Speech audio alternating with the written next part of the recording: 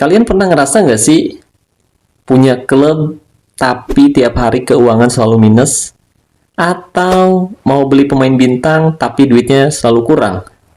Nah, di video ini saya akan nunjukin rahasia mengelola keuangan klub biar tetap stabil. Jadi buat teman-teman yang mungkin penasaran gimana cara mengelola keuangan klub dengan baik, yuk pastikan kamu simak video ini sampai selesai.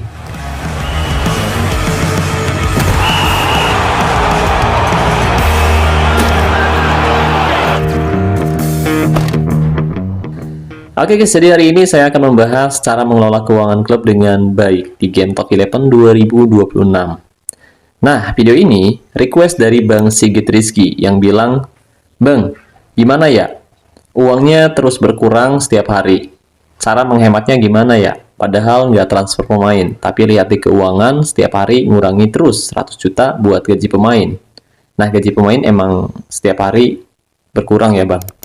Intinya komentarnya gitu guys, tapi Bang Rizky komentarnya agak nggak enak dibaca. Dan saya ucapin makasih banyak nih buat Bang Sigit atas pertanyaannya. Oke, jadi keuangan klub ini masalah yang sering banget terjadi dan bukan hanya Bang Sigit aja nih yang ngalamin hal tersebut, tapi ada banyak banget player lain yang juga mengalami hal sama. Ya, tim udah bagus tapi uangnya terkuras terus. Jadi betul kalau gaji pemain itu dibayar setiap hari. Dan itu alasan kenapa uang di keuangan klub Bang Sigit berkurang terus-terusan, bahkan saat Bang Sigit gak transfer pemain sekalipun.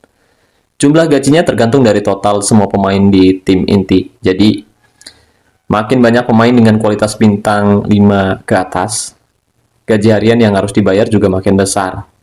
Itu kenapa penting banget untuk menyeleksi pemain. Jangan sampai tim kamu terlalu gemuk dengan pemain yang gajinya terlalu mahal tapi jarang dimainkan. Nah sekarang, mari kita bahas gimana cara mengelola keuangan klub di game Top 11 2026. Dan mari kita bahas beberapa tips buat Bang Sigit dan mungkin manajer lain yang punya masalah sama. Nah, hal pertama yang harus kita lakukan yaitu menjual pemain yang jarang diturunkan. Jadi coba cek tim kalian guys, kira-kira siapa nih pemain yang jarang masuk ke starting line up utama. Lalu cek harga pasar dan juga gajinya. Kalau dirasa harga pasar dan gajinya cukup tinggi, kamu bisa jual pemain-pemain tersebut untuk mengurangi beban gaji harian tim kalian guys. Tapi usahakan tetap sisakan minimal 12 pemain cadangan, 4 pemain buat pengganti dan 8 pemain untuk meningkatkan form latihan. Nah, kalau mau lebih fleksibel, kamu bisa tempatkan pemain pengganti yang bisa bermain di 2 atau di 3 posisi berbeda, guys. Sebagai contoh, untuk gelandang, kamu bisa tempatin gelandang yang bisa bermain sebagai gelandang bertahan, gelandang tengah, atau gelandang serang tengah. Atau mungkin bisa juga gelandang tengah plus gelandang sayap. Begitupun dengan back.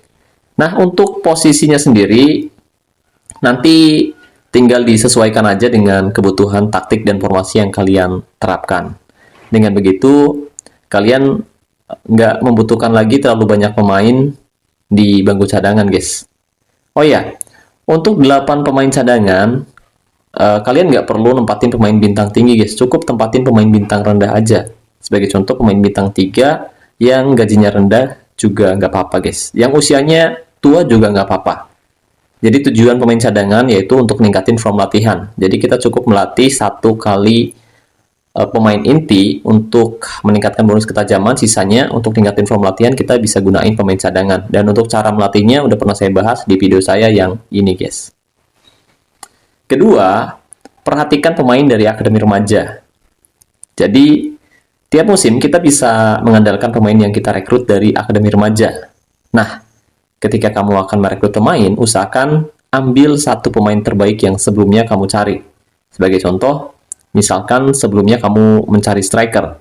Kamu bisa ambil striker yang harganya paling mahal di antara striker lainnya yang ada di akademi remaja, guys. Lalu, untuk slot lainnya, usahakan kamu ambil pemain gratis yang tersedia, guys. Dan setelah pemain akademi masuk ke line up utama, kamu bisa tanda tangani kontrak semua pemain yang datang dari akademi remaja.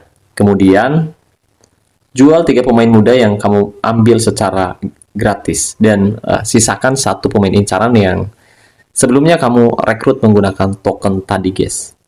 Nah, barangkali ada yang nanya, Bang, kenapa dilepas?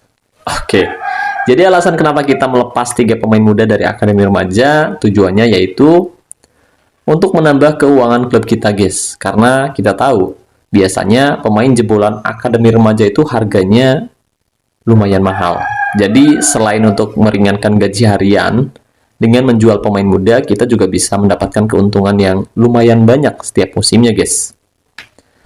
Nah, yang ketiga, seleksi pemain di bursa transfer. Ya, saat kamu akan membeli pemain, perhatikan juga nilai gajinya, guys. Jangan hanya fokus pada kualitas, tapi pastikan gajinya sesuai dengan keuangan klub yang kalian miliki. Jangan sampai kalian membeli pemain mahal, tapi kalian nggak bisa membayar gajinya tiap hari. Dan kalau itu terjadi, yang ada klub kalian bisa rugi. Nah, selain itu, jika dirasa pemain-pemain inti yang kamu miliki terlihat punya performa yang bagus, usahakan jangan dijual, guys. Usahakan jangan dijual. Pertahankan pemain tersebut. Daripada dijual, saran saya lebih baik kamu pertahankan dan kamu bisa tingkatkan skillnya lagi. Kamu bisa melatihnya lagi secara individu. Dan kalian bisa pertahankan pemain tersebut untuk jangka yang lama. Jadi kedepannya kamu nggak perlu lagi membeli pemain di posisi tersebut. Misalkan pemain yang performanya bagus striker, ya udah pertahanin. Selagi usianya masih muda, di bawah 30 tahunan, kamu masih bisa mempertahankannya dan kamu bisa melatihnya setiap musim agar performanya tetap bagus. Kalau saya sendiri biasanya akan mempertahankan pemain andalan saya hingga pensiun, guys. Beneran. Jadi saya akan mulai mencari pemain pengganti ketika usia pemain terbaik saya itu udah menginjak 29 tahunan. Baru saya mulai nyari dari Akademi Remaja. Dan ketika pemain tersebut udah menurun performanya, baru saya latih secara individu pemain penggantinya. Dan setelah itu, saya masukkan ke line up utama dan mencadangkan pemain tua andalan saya tersebut sampai pensiun, guys. Jadi itu yang saya lakukan. Jadi tiap musim saya nggak banyak beli pemain, gitu. Oh iya, satu lagi, guys. Hindari memborong pemain dari lelang ya, guys ya. Kalaupun misalkan kalian berencana membeli pemain dari lelang, cukup beli pemain yang benar-benar kamu butuhkan. Selain dari itu, misalkan kamu nemu pemain yang kelihatannya bagus pun, udah skip aja, guys, nggak usah dibeli. Pokoknya misalkan kalian butuh DC atau back tengah, ya udah ambil back tengah. Jangan beli posisi lain. Tujuannya yang pertama untuk menghemat keuangan klub, dan yang kedua tentu untuk kalian juga kedepannya biar nggak ceroboh pas beli pemain gitu, guys. Dan yang keempat, kalau sempat usahakan kamu mainkan event yang tersedia di Game of Eleven, karena kalau misalkan kalian hoki, kalian bisa dapat hadiah melimpah dari event-event ini, guys. Ya, kalian bisa dapat uang, token, pemain bintang, dan lain-lain. Lumayan banget kalau misalkan kita lagi hoki. Tapi kalau lagi bangkrut, kalau lagi nge-hoki, usahakan jangan terlalu nafsu. Udah, kalau misalkan udah dapat kartu merah atau udah gagal, udah stop aja, nggak usah dilanjutin. Yang penting sebelumnya kita udah dapat hadiah. Jadi gitu ya, guys ya. Oke, jadi itu dia tips-tips dari saya mengenai cara mengelola keuangan klub di Game of Eleven 2026. Nah, sekarang giliran kalian nih. Coba ceritain di kolom komentar, kira-kira apa sih masalah keuangan paling sulit yang pernah kalian alami di Game of Eleven? Atau mungkin kalian punya tips lain yang lebih jitu? Coba share di kolom komentar video ini. Oke, guys, jadi mungkin itu saja yang bisa saya bahas kali ini. Makasih banyak buat teman-teman yang udah nonton video ini sampai selesai.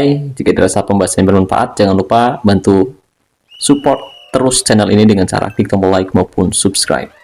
Dan ya, sampai jumpa di video selanjutnya. Salam olahraga, salam Top 11 Indonesia.